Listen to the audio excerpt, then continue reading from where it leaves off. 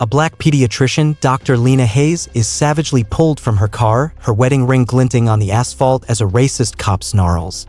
Her U.S. Marshal husband, Isaiah, gets the call mid-manhunt for a fugitive. His world shatters. His badge demands justice, but his heart screams for a vengeance that could consume him. Will he uphold the law or break every rule for the woman he loves? The answer is unthinkable and will leave you breathless. What path would you choose when the system fails? The night breathed hot and wet over Birmingham, a typical Alabama summer evening heavy with the scent of magnolia and simmering asphalt. Dr. Lena Hayes, her pediatrician's coat folded neatly on the passenger seat, hummed along to a low jazz station, the city lights blurring into soft pastels. 34 years old, her mind was still replaying the anxious cries of a baby with a fever, the relieved smiles of his parents. It was late, past 11, and the thought of home, of Isaiah's strong arms, of their 3-year-old daughter Maya's sleepy, cherubic face, pulled at her like a gentle tide. Then, the sudden, blinding glare of blue and red lights erupted in her rearview mirror, fracturing the calm. Her heart leaped. She checked her speed, perfectly legal. Her taillights? She'd checked them last week. Still, she signaled, pulling her sedan smoothly to the curb on a deserted stretch of road, the kind of street where shadows clung to chain-link fences and storefront grates. Officer Garrett Reed emerged from his patrol car, a silhouette against the strobing lights, his movements deliberate, almost predatory. Lena rolled down her window, a practiced calm settling over her features despite the tremor in her hands. "Good evening, officer. Is there a problem?" Reed, a man whose face seemed permanently set in a scowl, his eyes small and hard, leaned down. "License and registration." "You got a broken taillight, ma'am." Lena frowned. "A broken taillight?" "Officer, I'm certain they were working when I left the clinic." She reached for her purse, her fingers brushing against the cool leather, acutely aware of the glint of her wedding band under the harsh, intermittent flashes. She handed over her documents. He scanned them, his gaze lingering on her license photo, then back at her face. "Dr. Lena Hayes. Fancy. You live over in Crestwood?" "Yes, I do." Her voice was even, polite. She'd been through the script before, the subtle probing, the unspoken accusations that hung in the humid air between a black driver and a white cop in certain parts of town. "Long way from your lane, aren't you?" He sneered, the question a statement. A prickle of anger, sharp and unwelcome, pierced Lena's composure. "My clinic serves families from all over the city, officer. My lane, as you put it, is wherever my patients need me." Reed's eyes narrowed. "Step out of the car, ma'am." "Step out? For a broken taillight, I don't believe I have." The tremor was in her voice now. This was escalating, the familiar, sickening slide into a power play she couldn't control. "You heard me. Out of the vehicle." His voice was a steel trap. Lena unbuckled her seatbelt, her movements slow, deliberate. She opened the door, her hand already reaching for her phone. "I'd like to record this interaction, if you don't mind." That was the spark. Reed moved with a sudden, brutal efficiency. He grabbed her arm, his fingers digging into her bicep like talons. "Resisting, are we?" "I'm not resisting," Lena cried out, a jolt of pain and disbelief shooting through her. He yanked. Her feet tangled. The world tilted. The rough, unforgiving asphalt scraped against her cheek, her shoulder, her hip. Stars exploded behind her eyelids. The metallic taste of blood filled her mouth. Her glasses skittered away into the darkness. Dimly, she saw her wedding band. A circle of gold. Isaiah had slipped onto her finger with tears in his eyes, glinting mockingly under the pulsating streetlights and the officer's cold stare. Reed loomed over her, his face contorted. "Should have stayed in your lane, doctor." He punctuated the insult by kicking her phone further away, then turned and walked back to his car, a citation for a broken taillight fluttering down beside her like a cruel, white feather. Lying there, bruised, bleeding, the scent of gasoline and her own fear stinging her nostrils, Lena fumbled for her phone, her vision blurred. Her fingers, clumsy and shaking, finally found Isaiah's number. Miles away, U.S. Marshal Isaiah Hayes was coiled tension in the humid darkness of a swampy floodplain outside Tuscaloosa, tracking a fugitive wanted for interstate drug trafficking. The night vision goggles cast the world in an eerie green. His team was closing in. The radio crackled with terse commands. He was a hunter, focused, relentless. Then his personal cell, tucked into his vest, vibrated. "Lena, at this hour?" A knot of unease tightened in his chest. "Lena? Baby, what's wrong?" Her voice, when it came, was a broken whisper, raw with pain and shock. "Isaiah." I a cop, he pulled me over. Each word was an effort punctuated by a ragged sob. The world around Isaiah, the chirping insects, the distant bark of a dog, the hushed movements of his team, receded. The fugitive, the manhunt, the years of training, all of it dissolved into a single, searing point of focus, Lena's voice, Lena's pain. He could hear the sirens in the background of her call, fading. Reed was gone. Where are you? Are you hurt? His voice was dangerously calm, a low rumble that belied the storm gathering within him. She told him, her words fragmented. He pictured her alone on some dark street. His wife, the mother of his child, violated. His hand, the one not gripping the phone, clenched around the cool metal of his U.S. Marshal's badge, a shield he wore with pride, a symbol of the justice he'd sworn to uphold. The weight of it felt like a brand against his palm. Stay there. Don't move. I'm coming home. He clicked off, his jaw set like granite. The hunter had a new prey. The system he'd sworn to serve had just declared war on his heart. The air then had been thick not with summer humidity but with the electric charge of protest. Isaiah, younger, his marine haircut still sharp, his eyes still holding the desert's glare, had stood on the periphery of a crowd chanting Trayvon Martin's name. He'd come home from his last tour determined to serve, to protect, but from the inside. He'd seen enough chaos, enough unchecked power abroad. He believed, with the fierce conviction of a man who'd faced death, that the system could be bent toward justice if good men stood within its walls. Lena, then a fiery medical student, her spirit as vibrant as the Haitian Creole her mother hummed, had been in the heart of that crowd, her voice clear and strong. He'd been drawn to her fire, her unwavering belief in a different kind of fight. You think you can change it from the inside, soldier boy? She challenged him later, over lukewarm coffee in a crowded diner, her gaze direct, uncompromising. Her mother, Yvette, a Haitian immigrant who'd seen the brutalities of Duvalier's regime before finding a fragile peace as a nurse in America, had instilled in Lena a profound skepticism of power. Systems don't change for love letters, Isaiah. They eat them for breakfast. Maybe he'd countered, his eyes holding hers, but they also respond to pressure, to principled stands. And who better to apply the pressure than someone who understands the machinery? Their love story had bloomed amidst the chance for justice, a counterpoint to the grief and outrage that pulsed through the streets. He, the idealist in uniform, she, the pragmatist with a healer's heart and a revolutionary's soul. They were two sides of the same coin, bound by a fierce, protective love for each other and a shared dream of a safer world for those who looked like them. Now, a decade later, Lena's words echoed in his mind, a bitter prophecy fulfilled. He sat in the sterile waiting room of the Birmingham hospital where Lena had been taken by an ambulance she'd managed to call. Bruises were already blooming on her skin, dark purple against her brown complexion, a constellation of another man's rage. An ugly gash on her cheekbone had required stitches. Her spirit, usually so resilient, was shadowed, withdrawn. When they finally brought her out, her arm in a sling, her face pale beneath the antiseptic scent of the hospital, Isaiah felt something shatter within him. This wasn't a distant injustice, a headline, a case file. This was Lena. His Lena, Chief Maria Vasquez, a woman whose weathered face held the wisdom of her 60-odd years and the toughness of a career spent navigating the treacherous currents of law enforcement, found him there.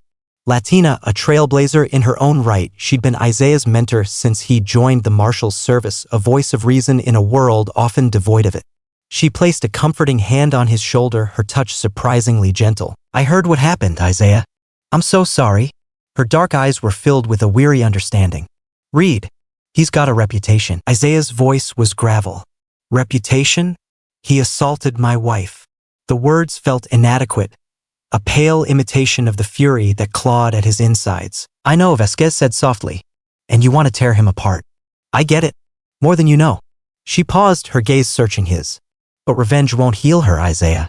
It might feel good for a minute, a day, even a week. But it will eat you alive.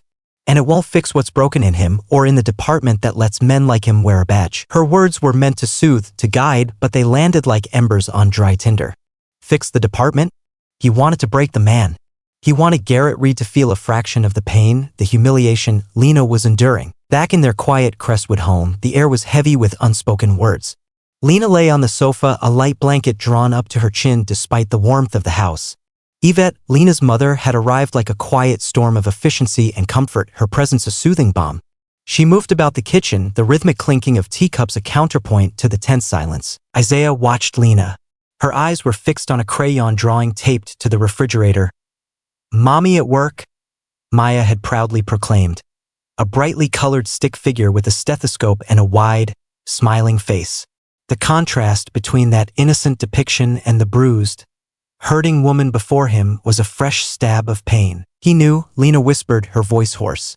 He knew I was a doctor. He knew I lived in a good neighborhood. It didn't matter.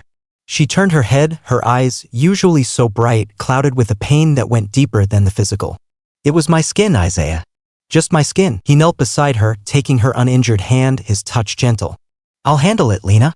I swear to you. She looked at him then, a flicker of her old fire in her eyes, mixed with a profound weariness.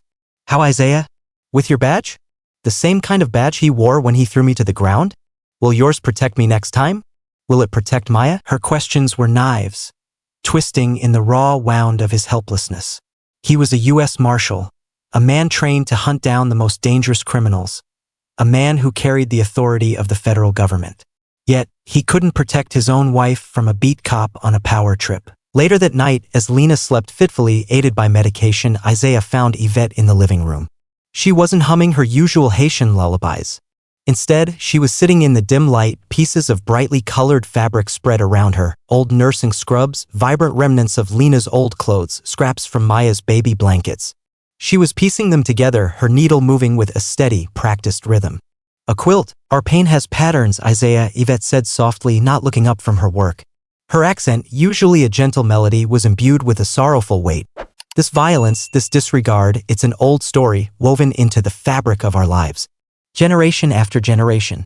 We stitch ourselves back together, make something beautiful from the scraps, but the pattern remains. Isaiah watched her, the needle rising and falling, a silent testament to an enduring strength he suddenly felt he lacked. His path had always been clear: identify the threat, neutralize the threat. But this was a sickness in the bones of the system he'd dedicated his life to. How did you fight a ghost woven into the very fabric of the institution? His mentor urged caution. His wife questioned the very symbol of his power. And his mother-in-law stitched a story of pain he was only now beginning to truly understand. The desire for simple, brutal revenge warred with a dawning, terrifying comprehension of the monster he was truly facing. The fluorescent lights of the Birmingham Police Department's Internal Affairs Division hummed, casting a sterile, unforgiving glow. Isaiah Hayes, dressed in a civilian suit that did little to conceal the coiled power of his marshal's physique, flashed his federal credentials. The officer at the desk, a paunchy man with tired eyes, suddenly became much more accommodating. Marshal Hayes, what can I do for the federal government today? I need to see the personnel file and complaint history for Officer Garrett Reed. Badge number 714. Isaiah's voice was flat, devoid of emotion, a practiced neutrality that masked the inferno within. Reluctantly, the file was produced. It was thicker than Isaiah expected. He retreated to a small, soulless interview room, the kind where hope went to die, and began to read. Page after page, a litany of accusations: excessive force, verbal abuse, unlawful stops, racial profiling. 18 complaints in 12 years. Each one investigated. Each one dismissed. Insufficient evidence. Officer acted within departmental guidelines. Complainant uncooperative. A pattern began to emerge, stark and undeniable. Reed's stops, his escalations, disproportionately targeted black drivers. And among them, black women seemed to be his preferred victims. Women like Lena. Vulnerable. Voices easily dismissed. Isaiah's fists clenched. The system wasn't just failing, it was actively protecting its own, burying the rot beneath layers of bureaucratic indifference. His own faith in that system, already fractured, crumbled further. Outside the precinct, another kind of pressure was building. Jordan Wright, a queer, Black Lives Matter organizer in their late 20s whose energy could ignite a spark in the most jaded soul, had heard about Lena's assault. Jordan knew Lena through community health initiatives. Lena's clinic often treated patients Jordan referred from their outreach programs. Within hours, Jordan had mobilized. A crowd was gathering, small at first, but growing. Lena's patients, mothers with babies in strollers, elderly folks leaning on canes, teenagers with fierce eyes, stood alongside seasoned activists. Their signs were handwritten, heartfelt: justice for Dr. Lena. Your hate won't heal us. Badge is not a bruise permit. The protest was a visible testament to Lena's impact on the community, a ripple of the care she extended daily now returning to her in a wave of solidarity. Isaiah saw it on the local news feed, his heart a complicated mix of pride and fresh anger. They were fighting for Lena in the streets while he was navigating the labyrinthine corridors of a system designed to protect itself. The tipping point came from an unexpected source.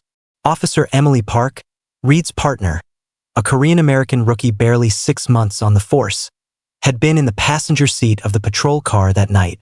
She'd watched Reed's escalation, her stomach churning. She'd seen him yank Dr. Hayes from the car. She'd heard the sickening thud. Reed's subsequent report, which she'd been pressured to co-sign, was a sanitized fiction. The broken taillight was real. Reed had a habit of noticing trivial infractions on cars driven by black people, but Lena's supposed resistance was a lie. For days, Emily wrestled with her conscience, the glint of Dr. Hayes' wedding band on the asphalt replaying in her mind. She joined the force, like Isaiah, to make a difference, to protect and serve her community. What she was witnessing felt like a betrayal of that oath.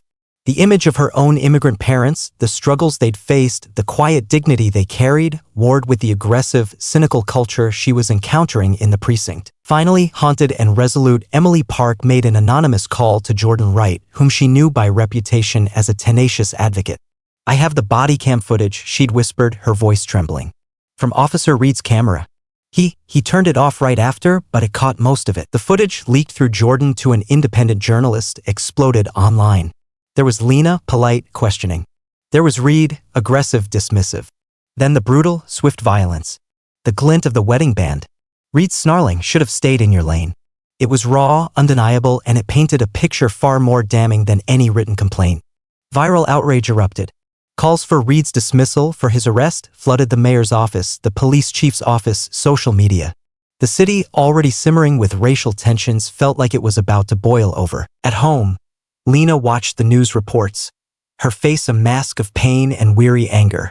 Yvette sat beside her, her hands never still, continuing her work on the quilt. The patches of fabric were growing into a complex tapestry. Dark blues and grays from Yvette's old nursing scrubs, vibrant pinks and yellows from Maya's outgrown baby clothes, pieces of a silk scarf Lena had worn on her first date with Isaiah, even a swatch from one of Isaiah's old Marine uniforms he'd kept stored away. Each piece, a memory. Each stitch, a silent act of defiance and healing. Yvette hummed her Haitian lullabies now, soft and mournful, yet imbued with an unyielding strength. "Ti-maun pa cry, little one, don't cry. Dodo ti pitit mwen. Sleep, my little child." The melodies were ancient, carrying the weight of generations who had known sorrow, who had endured. "Our pain has patterns," she repeated softly, her eyes meeting Isaiah's over Lena's resting head. "But so does our strength, Sherry. So does our love." She held up a corner of the quilt, the disparate pieces beginning to form a coherent, unexpectedly beautiful whole. "See? We take the broken pieces, the scraps, and we make something new. Something that tells our story. Something that keeps us warm." Isaiah looked at the quilt, at Lena's bruised face, at the righteous anger of the protesters on the screen. He thought of the 18 buried complaints, of Officer Park's courage, of the systemic rot he now saw with horrifying clarity. The fire for revenge still burned in him, hot and fierce. But Yvette's words, her quiet wisdom, planted a seed of doubt about the nature of that revenge. Burning down one man might feel good. But what about the pattern? What about the loom that kept weaving these stories of pain? The unraveling was no longer just about Reed. It was about the entire diseased tapestry. And Isaiah, with his federal badge and his warrior's training, was beginning to wonder if he held the right tools to pull the thread that could truly unravel it all. The air in the abandoned steel mill on the outskirts of Birmingham hung thick with the ghosts of industry. The metallic tang of rust, the faint scent of old oil, the silence of forgotten labor. Isaiah Hayes moved through the cavernous structure like a wraith, his senses hyper-alert, every shadow a potential threat, every creak of decaying metal a signal. He wasn't here for an official raid. This was personal, dangerously so. His surveillance, unorthodox and skirting the edges of legality, had led him here. Garrett Reed, emboldened by years of impunity and perhaps rattled by the sudden glare of public scrutiny, was getting sloppy, seeking solace and validation in darker corners. Isaiah had tracked Reed to this desolate place, a known meeting spot for a local white supremacist group, the very embodiment of the hate that had bruised his wife and scarred his soul. The primal urge to confront Reed, to unleash the fury that had been simmering for weeks, was a physical ache in Isaiah's chest. He could picture it, Reed's surprised face, the fear in his eyes, the satisfying crunch of bone. It would be so easy, so viscerally fulfilling. He had Reed in his sights, a grainy image through his binoculars. Reed was animated, gesticulating to a handful of rough-looking men, their faces illuminated by the weak beam of a single bare bulb strung precariously from a rusted girder. They were drinking, their laughter harsh and ugly. Isaiah's hand instinctively went to the Glock holstered beneath his jacket. This was it. Justice, swift and brutal. But then, Lena's face swam before his eyes, her bruised cheek, the fear in her gaze, her quiet question, will it protect Maya? And Yvette's words, our pain has patterns. Chief Vasquez's warning, revenge won't heal her. What would his violence achieve? A fleeting moment of satisfaction? It wouldn't erase Lena's trauma. It wouldn't protect the next black woman Reed decided to terrorize. It wouldn't dismantle the system that sheltered him. It would only make Isaiah a mirror image of the brutality he despised, another man choosing violence as a solution. It would validate Lena's deepest fears about the unchanged nature of the system and his place within it. Unthinkable. The word echoed in his mind, but its meaning was shifting. Was revenge unthinkable, or was it the only thing he could think of? And what if there was another, more difficult, more unthinkable path? With a deep, ragged breath, Isaiah pulled back from the brink. His fingers, instead of closing around the grip of his weapon, reached into his tactical bag for a different kind of tool, a small, sophisticated listening device. His training, his skills as a U.S. Marshal, could be used for more than just brute force. He could be smarter. He could aim higher. Under the cover of darkness, while the men inside grew louder and more careless, Isaiah, moving with the deadly quiet of a seasoned operative, circled the dilapidated office where they were gathered. He found a ventilation shaft, rusted but accessible. With meticulous care, he planted the wire, a tiny ear pressed against the rotten heart of their hatred. He spent the next few nights listening, the recordings painting an even uglier picture. Reed wasn't just a racist bully, he was actively conspiring with this group. They were planning to escalate tensions, to frame prominent black activists, including Jordan Wright, for a series of fabricated crimes, hoping to discredit the protests and trigger a more aggressive police crackdown. They spoke of teaching them a lesson, their words laced with venom and a chilling sense of entitlement. When Isaiah brought a carefully edited, anonymized portion of the recordings to Lena, her reaction wasn't what he expected. He'd thought she'd see the strategic brilliance, the way he was turning Reed's own darkness against him. Instead, her eyes, though still shadowed, held a new kind of clarity. This is more, she said, her voice low. This isn't just about Reed and me anymore, is it? She looked at him, her gaze unwavering. What were you going to do, Isaiah, before you planted that bug? When you followed him to that mill? He couldn't meet her eyes. The shame was a lead weight in his gut. I don't know. Don't lie to me, she said, her voice soft but firm. You were going to hurt him. Maybe worse. She took his hand. Isaiah, I know you're in pain. I know you want to protect us. But you can't become him. You're not judge and jury. That path, it consumes everything. It won't bring justice. It'll just bring more darkness. Her words were a gentle rebuke, yet they cut deeper than any accusation. She saw through his rage to the man he was trying not to become. The breaking point, the moment that solidified Isaiah's agonizing choice, came a few days later. Jordan Wright's teenage sister, Tamika, a bright, passionate girl with a talent for art, was arrested. Her crime? Vandalism. She'd been painting murals on boarded-up storefronts in their neighborhood, vibrant, hopeful images calling for justice, with justice for Dr. Lena woven into the designs. One mural depicted Lena as a superhero, stethoscope around her neck, standing tall. The arrest was aggressive, unnecessary. Tamika was terrified. Jordan was incandescent with rage, but also a chilling fear. This was the retaliation they'd spoken about on the wire. It was starting. Isaiah saw the news report. Tamika's tear-streaked face as she was pushed into a police car. He saw Maya in Tamika's youth, in her vulnerability. He saw the pattern Yvette spoke of, now starkly, undeniably clear. It wasn't just about one rogue cop. It was about a system that enabled, protected, and perpetuated this kind of injustice, a system that would readily sacrifice a child to maintain its power. That night, the conflict within Isaiah reached its zenith. The desire for personal vengeance warred with the sickening realization of the broader conspiracy. He could take Reed down, make him suffer. Or he could expose the network, the rot that went deeper. One path offered immediate, visceral satisfaction. The other was uncertain, complex, and required him to trust the very system that had failed Lena so profoundly. At dawn, his eyes gritty from lack of sleep, his heart heavy but resolute, Isaiah Hayes walked into Chief Maria Vasquez's office. He didn't carry his gun. He carried a thumb drive. "Chief," he said, his voice hoarse with fatigue and the weight of his decision. "I have evidence of conspiracy, obstruction of justice, and a plot to incite violence involving Officer Garrett Reed and others." He placed the drive on her desk. "It's all there. Everything." Vasquez looked at him, her expression unreadable. "What do you want me to do with this, Isaiah?" He met her gaze, his own clear for the first time in weeks. The rage was still there, a cold, hard knot, but it no longer controlled him. "Burn the system, Maria," he said, his voice quiet but unwavering. "Not just the man. Burn it down and build something better." It was an unthinkable gamble entrusting this to the system.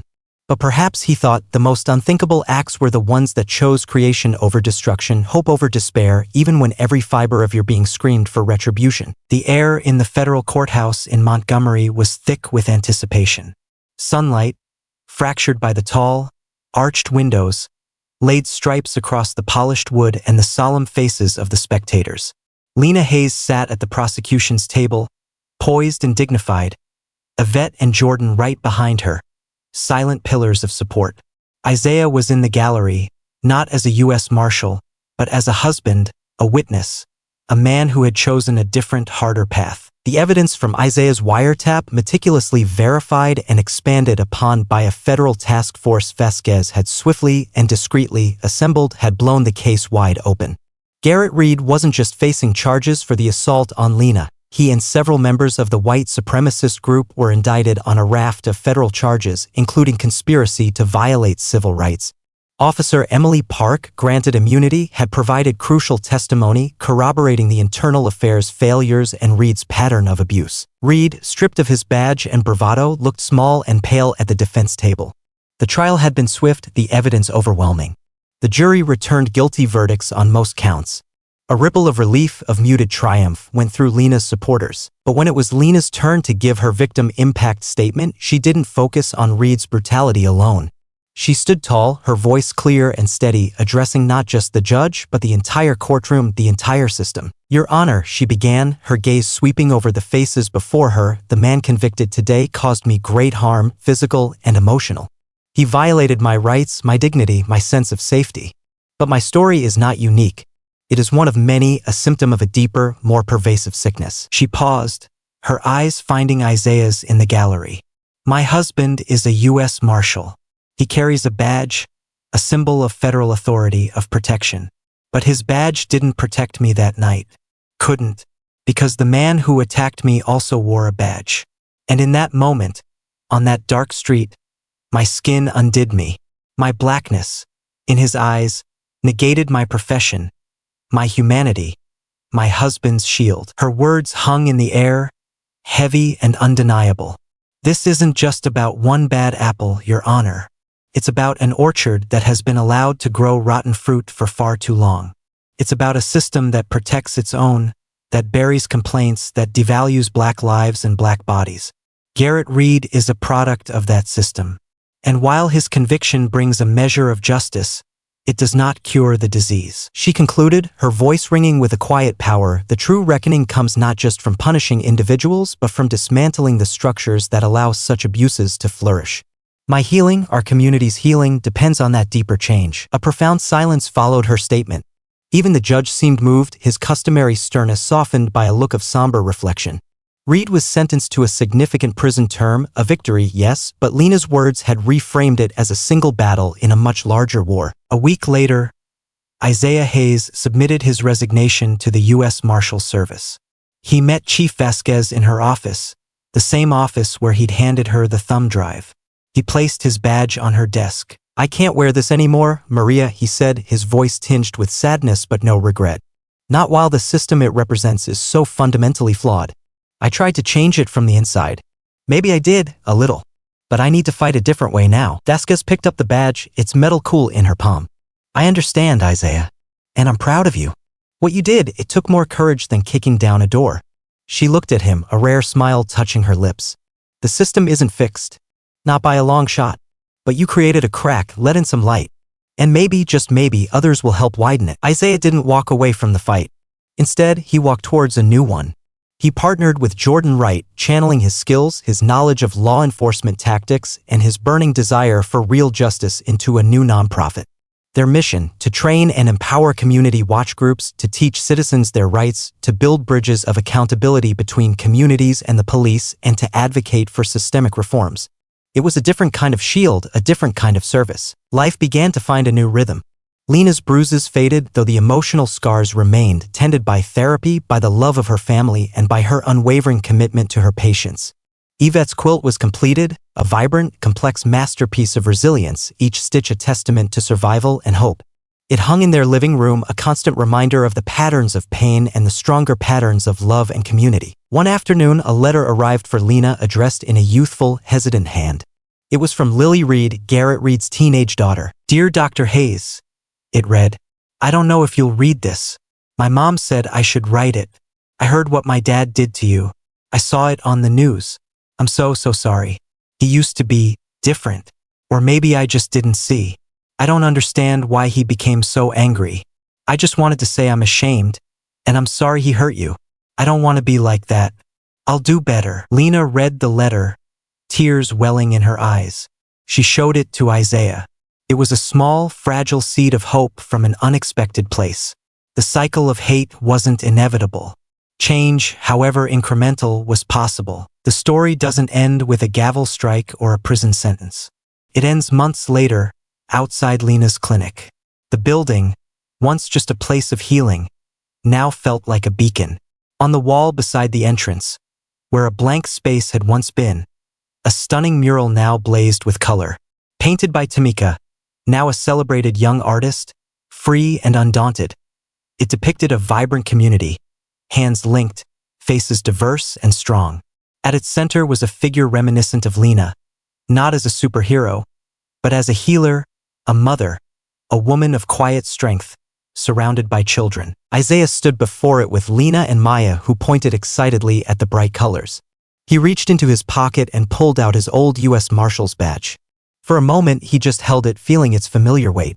Then he walked to the mural and gently, carefully pinned the badge to the painted depiction of a community gathering, right in its heart. "This weight," he said, his voice soft, his arm around Lena, "it belongs to all of us now." He looked at the mural, at his wife, at his daughter, a new understanding dawning in his eyes. The shield, he realized, wasn't just a piece of metal worn by a select few. It was the collective responsibility of a community to protect itself, to demand accountability, to heal its own wounds. Lena leaned her head on his shoulder, her gaze fixed on the badge nestled within Tamika's art. The sun warmed their faces. Down the street, children's laughter echoed.